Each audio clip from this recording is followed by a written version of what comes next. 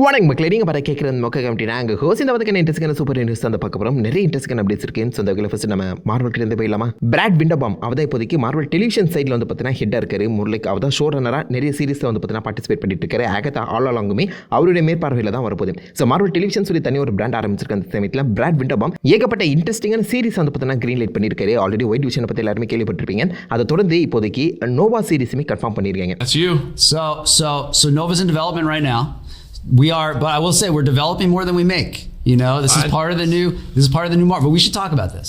So நோவாங்க்கு தனியாக ஒரு சீரிஸ் தான் வரப்போகுது. அண்ட் கடந்த ஒரு 6 மாசமாக இந்த சீரிஸ்க்கான ப்ரிப்பரேஷன் தான் போயிட்டு இருக்க மாதிரி சொல்கிறாங்க. அண்ட் சாமை பேஸ் பண்ணி இந்த கதை இருக்க போகிறதுல ரிச்சர்ட் ரைடர் தான் இன்வால்வ் ஆவார் அப்படிங்கிறதுமே கன்ஃபார்ம் பண்ணியிருக்காங்க. ஸோ ரிச்சர்ட் ரைடர் பேஸ் பண்ண ஒரு நோவா சீரிஸ் இப்போதைக்கு ப்ரிப்பரேஷனில் இருக்கேன். கடைசி இருக்க அந்த ரூமர் லீக் படி பார்க்கும்போது இந்த சீரிஸ் வந்து ஆக்சுவலாக அந்த இன்ஃபினிட்டி வார் அப்பவே ஆரம்பிச்சிருமா. ஸோ இன்ஃபினிட்டி வாரில் பவர் ஸ்டோனை ஆக்சுவலாக நம்ம தேனஸ் வந்து பார்த்தீங்கன்னா ஜாண்டால போய் எடுத்துகிட்டு வந்திருப்பாரு. அப்போவே இந்த நோவாக்கான அடித்தளம் கொடுக்கப்பட மாதிரி மென்ஷன் செஞ்சிருக்காங்க. ஸோ இந்த நோவா நம்ம நினைக்கிற மாதிரி ஒரு குட்டி சீரிஸாக வரப்போதில் மிக பிரம்மாண்டமான சீரிஸாக தான் வரப்போது நம்புறேன். அதுக்கான ப்ரீ ப்ரொடக்ஷன் போயிட்டு இருக்கேன். ஸோ கூடி சீக்கிரம் பாசிபிள் இதுக்கான அஃபிஷியல் அப்டேட் கொடுக்கப்படலாம்.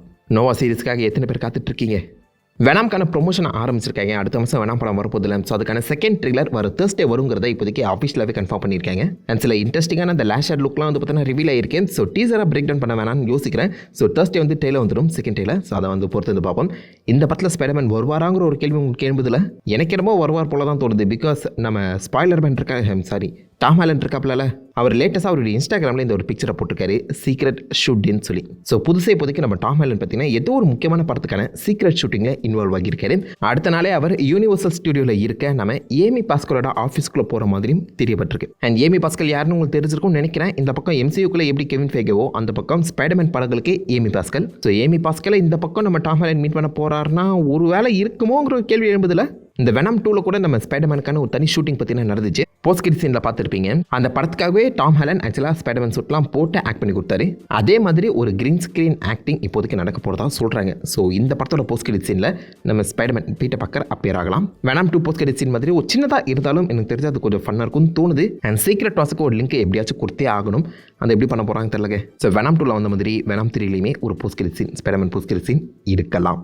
சோனி இதை ஒரு மார்க்கெட்டிங் மாதிரி தான் பண்ணிட்டு இருக்காங்களோன்னு நினைக்கிறேன்.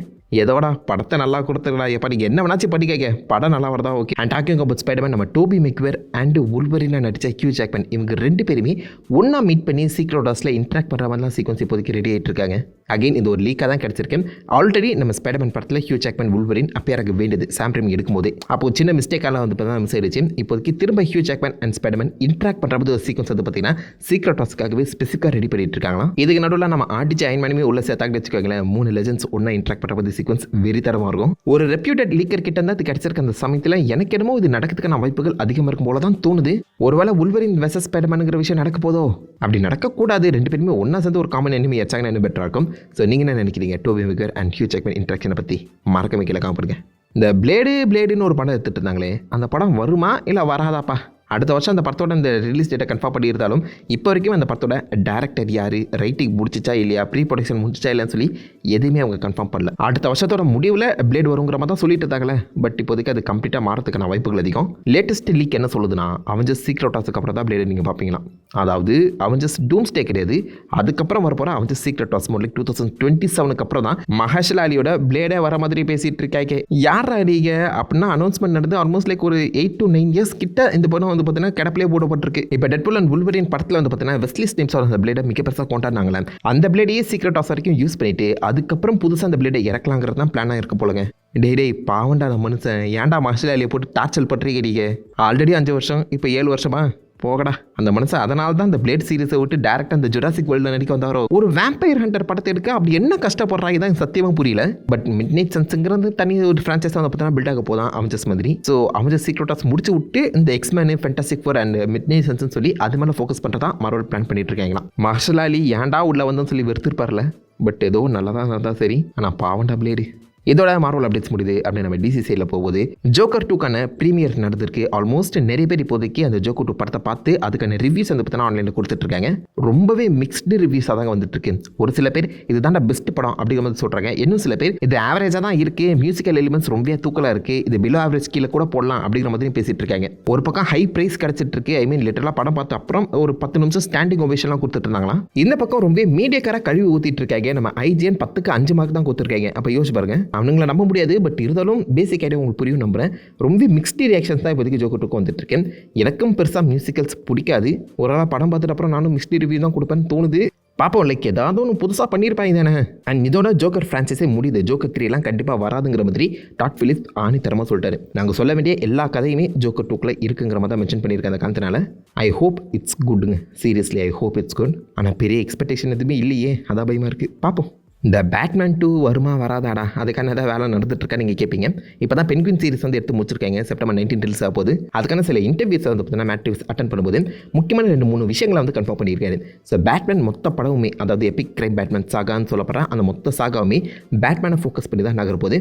எல்லா படங்களையுமே நீங்கள் பேட்மேனை மட்டும் தான் சென்ட்ரல் ஆர்க்காக பார்ப்பீங்க. It's a growth of Batman கேரக்டருங்கிற மாதிரி சொல்லியிருக்காரு.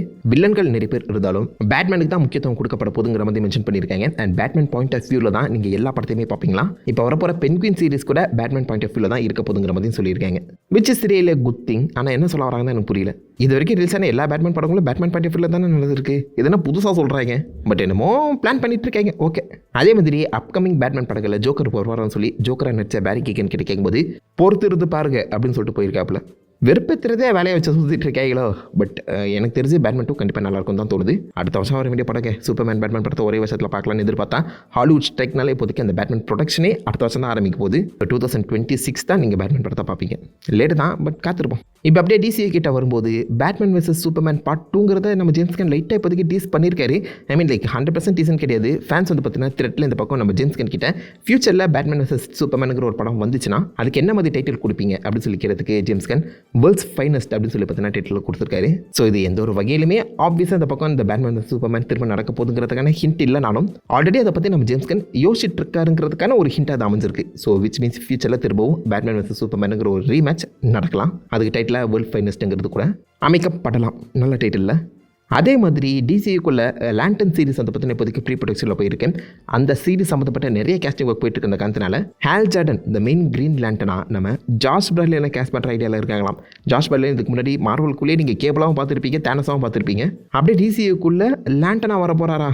அண்ட் இந்த லேண்டன் சீரிஸை பொறுத்த வரைக்கும் நம்ம green lantern hall Jordan and John Stewart 2 பேருமே ஒன்றா சேர்ந்து ஒரு டிடெக்டிவ் மிஸ்ட்ரிமாக தான் கூட்டு போகிறாங்களாம். இவங்க 2 பேருமே ஒரு இன்வெஸ்டிகேஷன் பண்ணும்போது அந்த இடத்துல தான் டிசியூவே உழுக்கிற மாதிரி ஒரு உண்மையை கண்டுபிடிக்கிற மாதிரி தான் கதை எழுதியிருக்காங்களாம். இல்லை நம்ம ஹால் ஜார்டன் ஒரு ஓல்டன் கிரம்பியான கேரக்டராக தான் இருப்பாங்க, எக்ஸ்பீரியன்ஸான கேரக்டராக இருப்பாங்க. ஜான் ஸ்டீவர்ட் ஒரு அண்டர் டீனா ஆர் பாசிபிளி ஒரு 20 இயர்ஸ் கேரக்டராக இருக்கிறதுக்கான வாய்ப்புகள் அதிகமாக. ஸோ ஒரு வயசான ஹால் ஜார்டனை தான் இன்ட்ரடியூஸ் பண்ண ட்ரை பண்ணிட்டு இருக்காங்க. அதனால தான் நம்ம ஜாஷ் பர்லினை ஹையர் பண்ணுற மாதிரி பேசிகிட்டு இருக்காங்களாம்.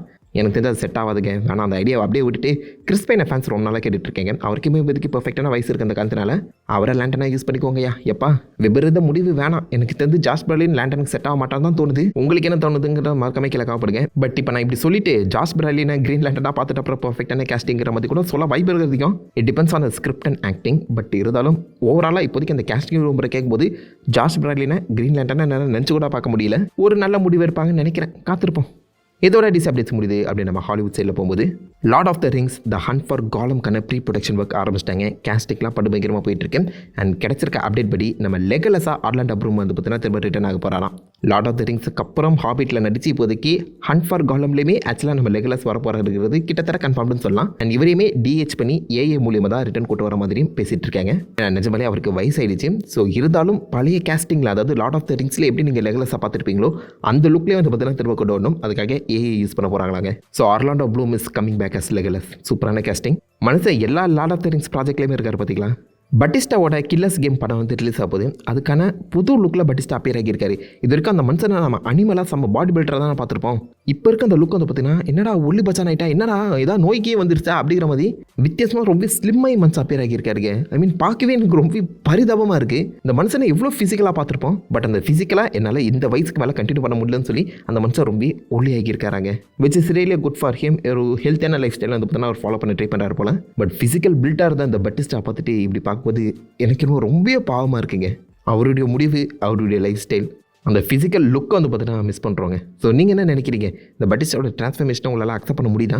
உங்கள் தாட்ஸ் என்னன்னு மறக்காம கீழே பாருங்க. ஃபைனலி இந்த வாரம் ரிலீஸ் ஆன ட்ரெய்லர்ஸ் படி பார்க்கும்போது மைன்கிராஃப்ட் லைவ் ஆக்ஷனுக்கான அஃபிஷியல் ட்ரெய்லர் வந்து ரிலீஸ் பண்ணியிருக்காங்க. ஒரு மிக்ஸ்டு ரியாக்ஷன் தான். ஸோ இது வந்து நீங்கள் அனிமேட்டடாகவே கொடுத்துருக்கலாமே, எதுக்கு மனுஷங்களை உள்ளே இறக்கி ஃபன் பண்ணிட்டு இருக்கீங்க அப்படின்னு சொல்லி நிறைய இடங்களில் மிக்ஸ்டு ரியாக்ஷனாக தான் வந்துட்டு இருக்கு. பட் மைன்கிராஃப்ட்டுக்கான ஃபேன் பேஸ் அதிகம். ஸோ பாசிபிளி இது ஹையஸ்ட் கலெக்ஷன் எடுக்கலாம். கதை நல்லா இருந்தா பேசிக் பிளாட்ல நீ கேட்கும்போது எனக்கு என்னமோ ஜுமாஜி படத்தோட கதையை கேட்குற மாதிரி தாங்க ஃபீல் ஆகுது. இந்த ட்ரெய்லருக்கான அப்டேட் வந்து சேனல் இருக்குது, மறக்காம செக் பண்ணி பாருங்க. கேட் ஆன் த வால் மாதிரி தான், ஒன்று மிகப்பெரிய ஹிட் ஆகலாம், இல்லை மிகப்பெரிய ஃப்ளாப் ஆகலாம். ஆவரேஜே கிடையாது. So let's hope it's good. Alien Romulus பண்ண இப்போதைக்கு பார்த்துருப்பீங்க. அதை தொடர்ந்து ஏலியன் பூமிக்கு வந்தால் என்ன மாதிரி இருக்கும்னு சொல்லி தனியாக ஒரு சீரிஸ் வந்து பார்த்தீங்கன்னா டெவலப் ஆகிட்டு இருக்கு. அடுத்த வருஷம் இந்த சீரிஸ் வரப்போகுதுங்கிறத கன்ஃபார்ம் பண்ணியிருக்காங்க. ஹூலுவில் தான் வரப்போகுது.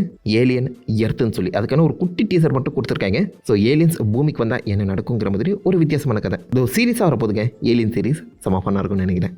அண்ட் ஃபைனலி நம்ம ப்ளம் ஹவுஸோட வுல்ஃப்மேன் அப்படின்னு சொல்லப்படுற ஒரு டேலை வந்து பார்த்தீங்கன்னா ரிலீஸ் ஆயிருக்கேன். பேசிக் கான்செப்ட் படி ஒரு வித்தியாசமான மிருகத்தால் கடிப்பட்ட ஒரு அப்பா உல்ஃபா மாதிரி அவருடைய ஃபேமிலியை அடித்து கொண்டாரா, இல்லை அந்த ஃபேமிலியை காப்பாற்ற ஏதாவது போராடினாரா, இதுதான் பேசிக் அவுட்லைன். ஆனால் நல்லா இருக்குது, செம இன்ட்ரெஸ்டிங்காக செம திகிலூட்டுற மாதிரி கதையை கொண்டு போயிருக்காங்க. ட்ரெய்லருமே செம ஃபன்னாக இருக்குது. இந்த டேரக்டரோட இதுக்கு முன்னாடி படங்கள் எல்லாமே யூனிக்காக தான் இருக்கும். அந்த வகையில் இந்த வுல்ஃப்மேனும் யூனிக்காக இருக்கும். நம்புவோம். மறக்காம டெய்லர் செக் பண்ணி பாருங்க. அண்ட் இதோட இந்த வதக்க நல்ல சூப்பர் நியூஸும் முடியுது. ஆல்மோஸ்ட் எல்லாத்தையுமே கவர் பண்ணிட்டேன்னு நினைக்கிறேன். ஏதாவது இன்ட்ரெஸ்டிங் அப்டேட்ஸ் டீட்டெயில்ஸோ நான் வந்து மிஸ் பண்ணிதாலோ தப்பா சொல்லியிருந்தாலோ அது மறக்காம காம் பண்ணுங்க. எல்லாருமே தெரிஞ்சுக்கிட்டோம். நான் உங்களை தன்னால் ஒரு ஆசமான விடையில மீட் பண்ணி இருந்திருக்கோம். ஹேஃப் அண்ட் கைஸ் வட்டேன்.